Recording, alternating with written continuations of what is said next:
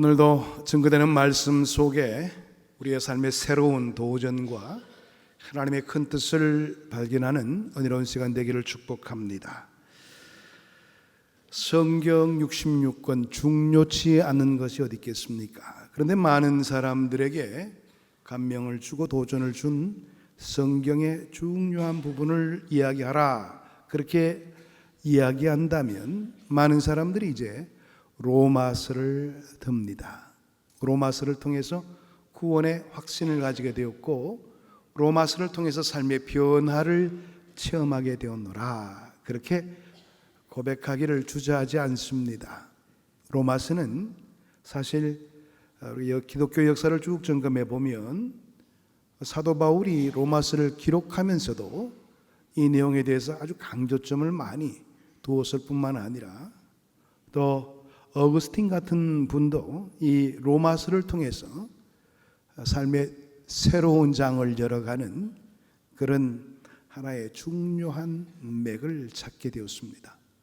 어거스틴뿐만 아니라 종교개혁을 이끌었던 루터도 로마서를 통해서 믿음의 본질이 무엇인가를 깨닫게 되었고요. 존 웨슬레도 그가 심히 연약한 단계 속에 있을 때에 로마서의 설교를 통해서 새롭게 도전받고 충전되어 하나님께서 바라시는 그 위대한 선교 사업을 이룰 수가 있게 되었습니다.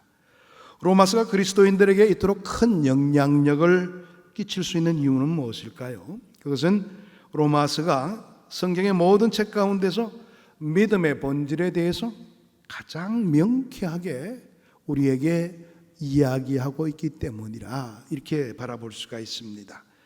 로마서에는 두 가지의 중요한 초점이 있죠. 1장에서 11장까지는 주로 교리적인 내용을 담고 있습니다. 첫째는 예수님을 믿는 믿음으로만 하나님 앞에 의롭다함을 받게 된다, 이 신칭의에 관한 중요한 교리를 설명하고 있죠. 12장에서 마지막 16장까지의 말씀 속에는 믿음으로 의롭다함을 얻은 의인들이 또한 믿음으로 어떻게 살아가는가, 삶의 실천적인 부분들을 이야기하고 있는 내용을 담고 있습니다. 그런데 이 로마서가 쓰여지기 약 1000년 전에 기록된 이 시편 62편의 말씀에는 이미 로마서가 강조하는 믿음의 의미를 명쾌하게 설명하고 있는 내용을 담고 있습니다. 본문 시편 62편은 다윗의 저서로 알려져 있습니다. 다윗의 시로 알려져 있죠. 그의 아들인 이 압살롬의 반역이 있을 때 다윗이 정말 자기의 진심을 하나님 앞에 토로하면서 믿음으로 모든 일들을 극복하고자 하는 신앙 고백과 같은 내용의 말씀이 바로 시편 62편의 말씀입니다. 다윗은 본문 1절에서 이렇게 말합니다. 나의 영혼이 잠잠히 하나님만 바라며. 그 다윗의 마음을 헤아릴 수 있는 사람들이 누가 있겠어요? 지금 자신이 가장 사랑하는 아들 압살롬에 의해서 지금 폐위당하고 도망다니는 신세가 되어버린 아버지 다윗, 그의 그 속타는 마음들을 어떻게 많은 사람들에게 다 토로할 수가 있겠습니까?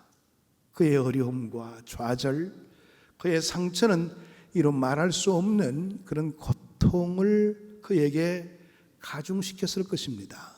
그런데 다윗은 이런 어려움들을 인간적인 방법으로 대응하지 않았습니다. 오늘 이 내용의 말씀 보게 되면 나의 영혼이 잠잠히 하나님만 바라며, 나는 이 시점에서 사람 바라보지 않겠습니다. 다른 어떤 것을 의지하기를 원하지 않습니다. 하나님만 바라보겠습니다. 이게 바로 다윗의 고백이었습니다. 2절의 말씀을 보게 되면 오직 그만이 나의 반석이시요 나의 구원이시요 나의 요새이시니, 하나님만이 나를 유일하게 방어해 줄 수 있는 분이 되신다.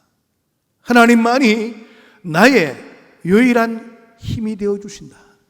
하나님만이 나의 유일한 구원이 되신다. 이렇게 고백하는 다윗의 모습이 있지요. 하나님만. 5절의 말씀에도 너의 영혼아 잠잠히 하나님만 바라라. 1절과 2절과 5절에는 어떤 단어가 강조되고 있는 것일까요? 하나님만, 만이라는 말이 강조되고 있습니다. 영어 성경에는 He alone이라고, 그분만이, 하나님만이 그렇게 이야기되고 있습니다. 이 부분을 히브리 성경을 보게 되면 아크란 말로 표현하고 있는데요, 짤막한 처음 6절에 이 아크라는 단어가 4번씩이나 언급되고 있습니다. 그것은 그만큼 다윗이 하나님만을 바라보길 원하는 열정이 있었다는 것을 말합니다. 내가 이 시점에서 내가 의지하고 내가 모든 것들을 맡기고 나갈 수 있는 그 기본적인 배수지는 뭐냐 이거예요. 그런데 다윗은 하나님밖에 없구나 생각해 보세요. 자신이 아들이 자기를 배신했습니다. 그것도 얼마나 사랑하던 아들이었습니까? 외모도 출중하고 많은 사람들에게 사랑을 받았던 그 아들이 아버지를 배신하고 아버지의 왕자를 찬탈했습니다. 정말 앞이 캄캄할 거예요. 그럴 때에 나는 이제 다른 것 의지하지 않으련다. 하나님밖에 없는 것이지 뭐. 하나님만 의지하게 되기를 원한다고. 그러나 아마 심중 깊은 곳에서 토로하는 마음으로 그와 같이 이야기하고 있는 겁니다. 여러분, 오늘 이 다윗의 고백에서 우리의 삶의 모습을 비추어 본다면 너무나 상반적인 모습이 많은 것을 살펴볼 수가 있습니다. 우리는 하나님을 믿는다고 하면서 하나님도 믿고 또 돈도 믿습니다. 하나님만이 아니더라고요. 도가 붙어 있습니다. 돈도 좋아요. 하나님도 좋고요. 하나님도 믿고 사람도 믿는 그런 모습을 보입니다. 양다리 걸치기식의 그런 인생을 살고 있는 모습이 우리의 모습이라 이렇게 이야기해 볼 수가 있겠죠. 이것은 진정한 신앙인가? 우리가 되물어 보게 된다면 진정한 신앙이 아니지요. 양다리를 걸친다는 것은 요것 안 되면 요것을 선택하겠다는 겁니다. 과거에 그런 사람이 있죠. 어려움에 빠지게 되면 부처님, 예수님, 공자님 다 부르는 분이 계십니다. 하나라도 걸리면 좋다는 거예요. 그걸 믿음이라고 말할 수가 있겠어요? 근데 우리는 이런 일을 자연스럽게 행하면서도 그것을 믿음인 양 생각합니다. 참된 믿음이란 하나님 외에는 이 세상 그 누구도 그 무엇도 나의 믿음의 대상이 될 수가 없으니 오직 하나님만이 나의 유일한 구세주이시다. 진정으로 하나님만이 나를 구원하실 수 있는 분이시다. 이렇게 믿을 수 있는 그런 우리의 모습을 갖추게 될 때 비로소 바른 믿음을 소유했다. 이렇게 이야기해 볼 수가 있는 겁니다. 옛날 중세 수도사들이 종종 이야기했던 말이 있어요. 사람은 사랑할 대상이지 믿을 대상은 되지를 못한다. 우리가 이 말이 실감나게 느끼지 못할 때가 많아요. 사실 우리는 사람을 통해서 배신당할 때가 굉장히 많습니다. 철떡같이 믿었지요. 그 사람쯤 된다면 나는 충분히 신뢰할 수 있다. 이렇게 여기던 사람들에게 뒤통수를 맞은 적이 얼마나 많습니까? 그런데도 우리는 뭔가 문제만 터지면 사람을 먼저 생각합니다. 누가 없냐? 이 문제를 해결할 수 있는 그 누가 없냐? 이렇게 바라봅니다. 이것이 우리의 모습이 되고 있는 한은 항상 우리는 좌절과 실패만 있을 뿐입니다. 사람은요, 우리가 그렇게 중요시 여기는 사람은 사랑할 대상입니다. 왜? 그 사람 자체도 능력의 한계가 있고 그 사람 자체도 죄인에 불과하기 때문에 그렇습니다. 그 사람 욕할 필요가 없어요. 왜? 믿었던 내가 잘못인 거예요. 왜? 그 사람도 역시 나와 똑같은 연약한 존재에 불과한데 뭘 믿을 게 있어요? 오늘 우리의 삶의 근거는 사람들에게 또 물질에게 있는 것 절대 아닙니다. 우리가 믿음의 사람으로서 항상 우리의 믿음의 근거를 하나님께 두어야 된다는 사실, 이 근본적인 이치를 저버려서는 안 될 겁니다. 하나님께서는요, 하나님이 아닌 다른 어떤 것에 다리를 걸고 살아간다면 그것을 흔들어 놓을 때가 많습니다. 믿었던 사람이 나를 배신합니다. 믿었던 사업처가 나를 뒤엎습니다. 믿었던 은행이 흔들거립니다. 믿었던 회사가 나를 배신합니다. 이때 우리가 무엇을 해야 할 때입니까? 사실 내가 하나님만 의지했다면 이런 위험 부담을 안을 필요가 어디 있겠어요? 하나님 외에도 다른 것을 의지하는 그런 우리의 삶의 모습이 있었기에 허둥대는 그런 모습이 나타나게 되는 것입니다. 하나님만 의지하는 삶, 이게 기독교 신앙의 기본 본질입니다. 본문에서 시편 기자인 다윗은 자신의 삶이 요동치고 있지만은 하나님만을 신뢰하며 잠잠히 살아가기를 원한다고 고백합니다. 나의 영혼이 잠잠히 하나님만 바라며. 여러분, 여기서 잠잠이라는 말은요, 소리를 내지 않는 것을 말합니다. 우리는 신앙생활할 때 왜 그렇게 떠드는지 몰라요. 야단구슬하죠. 하나님 이럴 수가 있습니까? 기도할 때도 물론 간절하니까 그런 기도를 할 수 있겠죠. 오히려 자신의 내면을 바라보면서 내가 왜 이런 위치에 있는가를 아주 냉철하게 바라볼 필요가 있는 우리들이 그런 모습 가지기보다는 오히려 불평과 불만과 원망을 토로할 때가 많은 것이 우리의 모습이죠. 여러분, 다윗이 말하려 그러면 할 말이 얼마나 많았겠습니까? 그러나 잠잠히 하나님만 바라며, 하나님을 신뢰하게 될 때는 인간적인 말이 필요 없어요. 그냥 하나님만 믿고 신뢰하면 되는 겁니다. 하나님의 때를 기다릴 수 있는 그런 우리의 마음의 자세가 필요하다는 것이지요. 3절을 보게 되면 이런 내용이 있습니다. 넘어지는 담과 흔들리는 울타리 같이 사람을 죽이려고 너희가 일제히 공격하기를 언제까지 하려느냐. 여기서 담과 울타리는 나의 힘이 되어 주었던 대상이었습니다. 담은 다른 침입자로부터 방어하는 역할을 감당하는 것 아니겠어요? 뭐 울타리도 마찬가지고요. 또 이 담과 울타리의 역할은 다른 사람들과의 서로 구분하는 그런 의미도 있습니다. 이건 내 소유다, 이렇게 생각하면서 울타리를 쳐놓았죠. 그런데 오늘 이 내용 보게 되니까 그것 자체가 흔들린다는 거예요. 나의 보호막이 되어줄 줄 알고 나의 힘이 되어줄 줄 알았던 것들이 오히려 나에게 해를 끼치게 된다는 겁니다. 여러분, 높은 담이 무너지게 되면요, 사실 그 높은 담은 다른 도적들로부터 보호하기 위해서 쳐놓은 담이었지만 나에게 위험의 대상이 되고 맙니다. 그런데 오늘 이 내용 보게 되니까 바로 그런 위치가 다윗의 삶에 오더라는 것을 이야기하고 있는 겁니다. 여러분, 미국이라 그러면 뭐 세계 최강국 아니겠어요? 그런데 보니까 미국도 이제 세계 제일이라는 말이 굉장히 무색해지고 있어요. 그만큼 경제 사정이 안 좋습니다. 그러다 보니까 이제 미국도 자국만을 위해서 모든 것들을 생각하고 있어요. 우리가 미국을 우방이라고 그렇게 여기고 있지만 미국도 오늘 요즘 보게 되면 이제 더 이상 우방이 될까?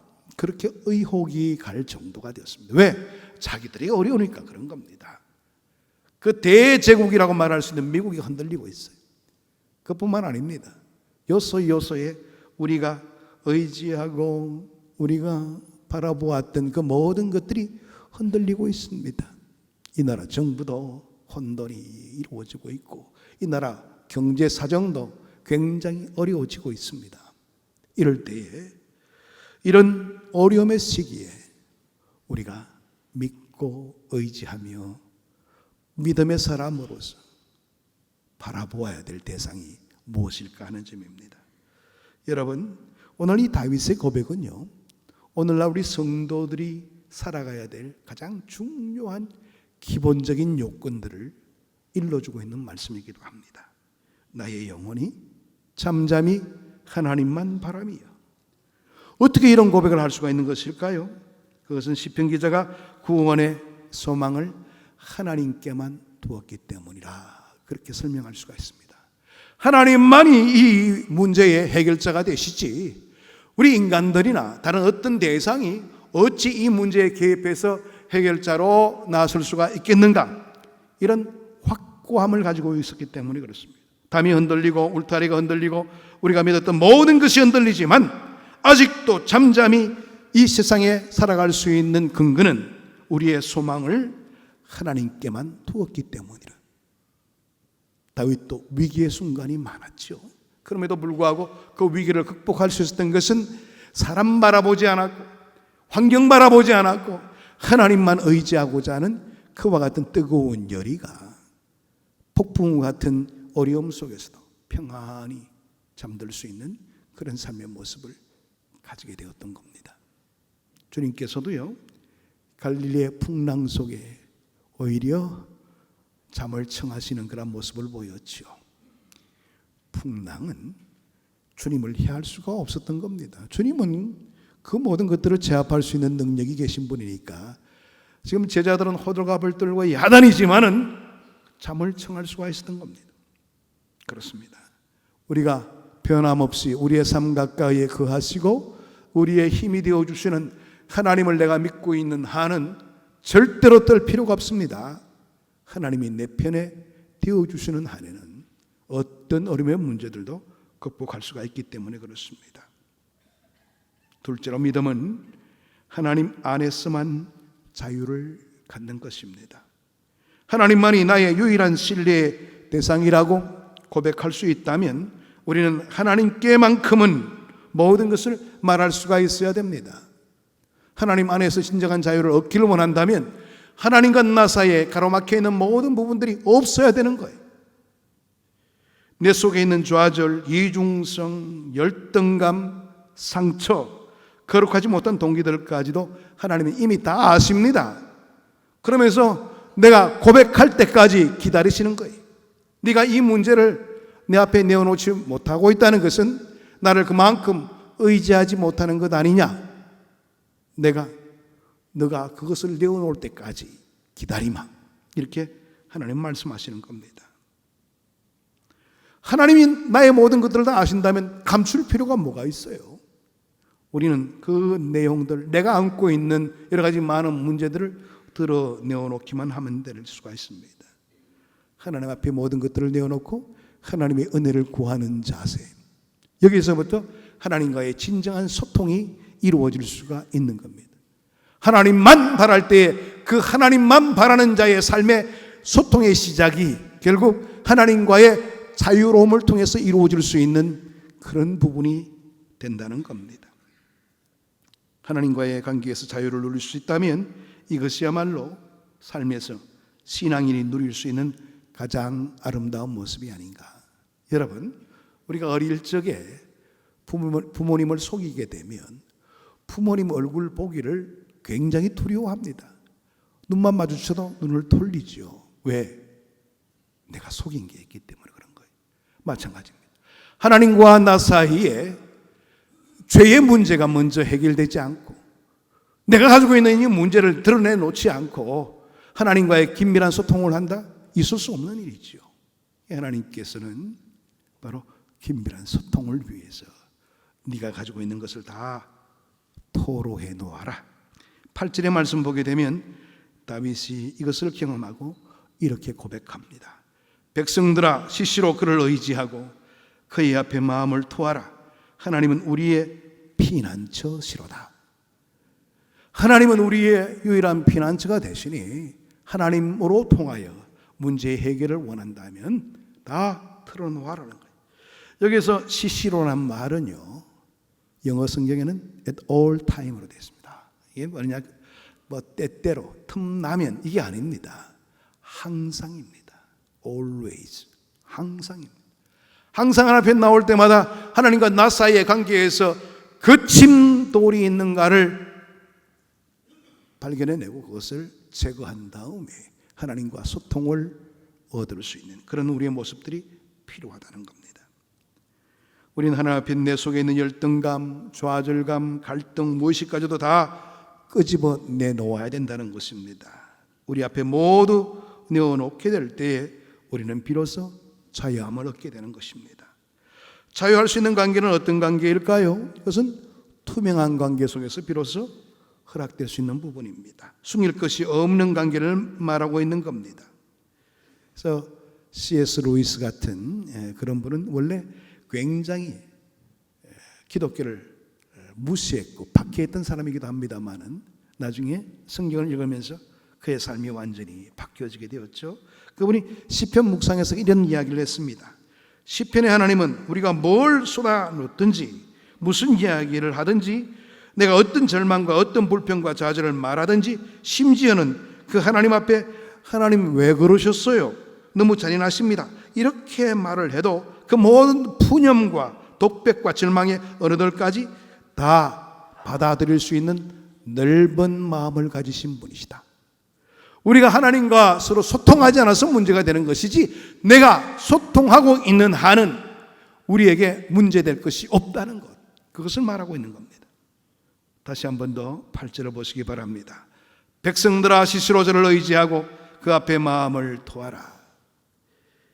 이제 우리가 가지고 있는 모든 문제를 먼저 토해내야 될 때입니다. 우리는요 너무나 안일하게 신앙생활을 해왔어요. 그러려니 다 저절로 되려니 이런 의식만 가지고 신앙생활을 해왔어요. 하나님도 이해하실 거야. 나 중심으로 모든 것을 생각했어요. 하나님과 나 사이에 투명한 관계를 유지하기보다는 오히려 나에게 얻어지는 것이 없는가에 대한 관심만 커왔습니다. 그러나 진정으로 우리가 가지고 있는 이 문제를 해결 안 받기를 원한다면 우리에게 필요한 것은 하나님과 나 사이에 투명한 관계를 유지하는 길에 있다는 것을 놓치지 말아야 될 겁니다. 세 번째로 믿음은 하나님 안에서만 진정한 가치를 두고 살아가는 것을 말합니다. 많은 교인들이 믿음을 예수 믿고 천국만 가면 되는 것 아닌가 그런 생각을 가질 때가 많습니다. 물론 우리의 궁극적인 그런 하나의 타겟을 이야기한다면 예수 믿고 천국 가서 영원한 삶을 누리는 것이 되겠죠. 그런데 여러분 예수 믿고 나서 금방 죽습니까? 아닙니다. 하나님 부르실 때까지 이 땅을 살아가야 돼요. 그렇다면 천국 가기까지 이 땅에 살아가게 될 때에 그 믿음은 우리에게 어떤 효용성을 주는가 하는 점입니다. 오늘 이 세상을 사는데 우리의 신앙이 얼마나 유용한가 이것을 바라보자는 겁니다. 신앙이 죽음 이후에 문제라 이렇게 이야기한다면 바람이 불고 파도가 있는 이 세상 한복판에서 우리의 신앙은 무력해질 수밖에 없는 것이죠. 그러나 우리가 정말로 하나님을 내 존재의 근거로 믿는다면 이야기는 달라질 수가 있다는 사실입니다. 시편 기자는 이 묵상 중에서 11절과 12절에 이런 고백을 합니다. 권능은 하나님께 속하였다. 인자함도 주께 속하였다. 하나님께는 우리가 바라는 모든 것들이 다 있으니 하나님만 바라자 이런 뜻입니다. 우리가 보통 보게 되면 어떤 대상이 굉장히 중요하다 그럴 때는 가치가 있다 그렇게 이야기를 합니다. 성경에서 하나님을 예배할 때 가장 많이 쓰이는 단어 가운데 하나가 바로 이 가치라는 말인데요. 우리가 기도할 때도 찬양과 영광 받으시기에 합당하신 하나님 이렇게 표현할 때가 많죠. 합당하다는 그 말이 가치가 있다는 겁니다. 하나님은 우리의 영광을 받으실 가치가 있으신 분이십니다.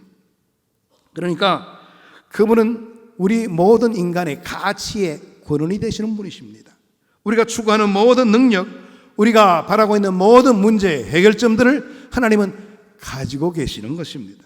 그러므로 내가 하나님을 참으로 믿는다면 내 삶에 있어서 가치의 변화가 반드시 일어나야 되는 겁니다. 하나님을 만나고 인생의 변화된 삶을 이 다윗은 이렇게 고백합니다. 10절의 말씀 보게 되면 포악을 의지하지 말며 탈취한 것으로 흠하여지지 말며 재물이 너로도 거기에 마음을 두지 말지어다. 네가 참된 가치를 하나님께 두고 있느냐? 그렇다면 네가 귀하게 여기고 있는 그 모든 것들을 좀 객관적으로 볼 필요가 있지 않겠는가? 재물이 너로도 나는 거기에 마음을 두지 않겠다는 고백. 이것이 바로 변화된 사람의 삶의 고백이다. 믿음이 있는 사람, 제대로 된 믿음을 가진 자의 삶의 모습은 이와 같다는 겁니다. 우리가 정말 하나님만을 믿고 살아간다면 우리의 물질을 쓰는 데부터 달라질 수밖에 없다는 겁니다. 물질을 쓰는 데에 변화가 생겼는지 안 생겼는지 점검할 수 있는 구체적인 방법이 뭘까요? 그 사람의 헌금 생활을 보면 알 수가 있게 된다는 겁니다. 내가 어디에 돈을 쓰고 있는가에 따라서 그 사람의 가치를 가름해 볼 수가 있기 때문에 그런 것이죠. 쾌락을 즐기는 데 돈을 쓰는 사람들의 가치는 향락주의입니다. 자기만을 위해서 돈을 쓰는 사람의 가치는 이기주의에 급급한 사람이죠. 내가 하나님을 믿어 돈을 하나님을 위해서 쓸 줄 알고 이웃을 위해 쓸 줄 안다면 이것이 가치가 변화된 증거라 이렇게 바라볼 수가 있겠죠. 왜? 하나님보다 귀한 것이 없다는 것을 명확하게 믿기 때문에 그렇습니다. 다윗이 말하는 믿음의 삶, 그 삶처럼 울타리가 넘어지고 담이 무너지고 그 모든 환경들이 나를 공격해 온다 할지라도 우리가 진정으로 믿고 의지할 대상은 이 세상 것도 아니고 물질도 아니고 사람도 아니고 하나님만이 유일한 믿음과 신뢰의 대상이 된다는 사실을 꼭 마음속에 다짐하시길 바랍니다. 오늘 참 힘든 시대를 살고 있습니다. 불안합니다. 우리 어르신들 같은 경우에는 전쟁을 한번 경험하여 보신 그런 세대이시기 때문에 전쟁의 처참함을 너무나 잘 알고 계시죠. 혹시나 이 땅에 또 전쟁 나는 것 아닌가 두려움이 많을 겁니다. 이럴 때일수록 우리의 믿음의 자리를 더욱더 든든히 세우고 하나님께서 진정으로 내 삶에 힘이 되어주신다. 하나님을 믿고 의지하자. 더 열심히 기도하시길 바랍니다. 더 믿음의 자리를 잘 지켜내시고 하나님께서 그래 내가 너를 보니 네가 바라는 그 모든 것 내가 이루어 주겠노라. 이렇게 말할 수 있는 삶의 결과가 우리의 삶 가운데 나타나게 되기를 축복합니다. 기도하겠습니다. 하나님 감사합니다. 오늘도 주의 말씀으로 우리의 삶을 돌아보게 하시고 진정한 삶의 가치는 세상적인 것이나 또 사람에게 있는 것이 아니라 하나님께 있다는 것을 다시 한 번 더 일깨워 주시니 감사함을 드립니다. 이 험난한 세대를 살아가면서 우리가 하나님만을 의지하는 것이야말로 진정으로 믿음 가운데 살아가는 자의 삶의 모습이오니 오늘 이 말씀을 받고 우리 온 왕십리교회 교우들은 믿음 가운데 깨어있게 하시고 진정한 하나님만을 바라보며 신앙생활의 승리를 이루며 살아가는 우리의 모습 갖출 수 있도록 은혜 나려 주시옵소서. 예수 그리스도 이름으로 기도하옵나이다. 아멘.